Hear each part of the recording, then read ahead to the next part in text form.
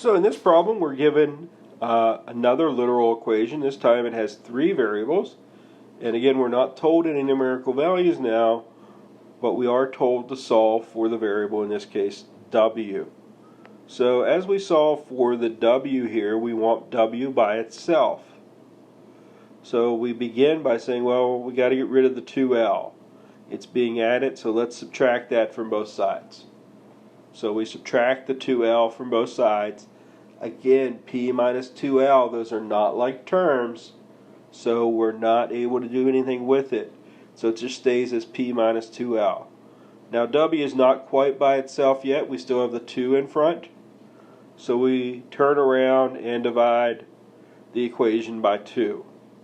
And at that point we get our answer p minus 2l divided by 2. Be careful that you don't try to cross those 2's out. Just like we discussed in the previous example, we can't do that. So it's best to just leave it as p minus 2l over 2. And that's equal to w. And so now we've solved this equation for w. Let's consider another equation here. Let's say we want to take this equation with just the x's and the y's in it, and we want to solve it for y. So 4x minus 5y equals 10. So to solve for y, right, the y variable, we want to get the y by itself.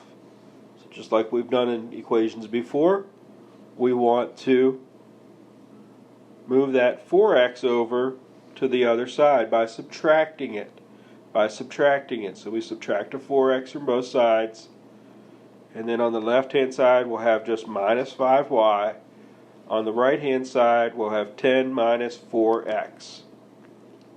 And then our task is to finish the problem, get y by itself. So we go ahead and divide both sides by minus 5. Now you could right now write the problem down as 10 minus 4x over negative 5. That would be fine. We're actually going to go just a little bit further here. And it's not because we have to, but rather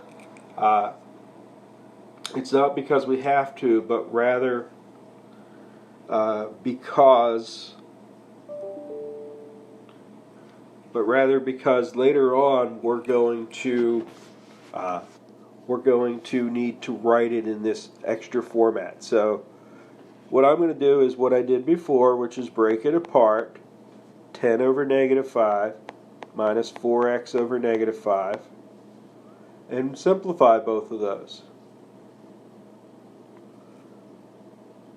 10 over negative 5 will be negative 2. Negative 4 over negative 5 will be positive 4x over 5. Positive 4x over 5. And that answer there is in a format that we're going to want our equations with x's and y's later on to be in when we get into a future chapter. So it's not a bad habit to get into. Again, you could have written the equation as y equals 10 minus 4x over negative 5. That would have been fine as well. But here I went a little bit further just because later on when we deal with these equations we're going to want to write it into this format.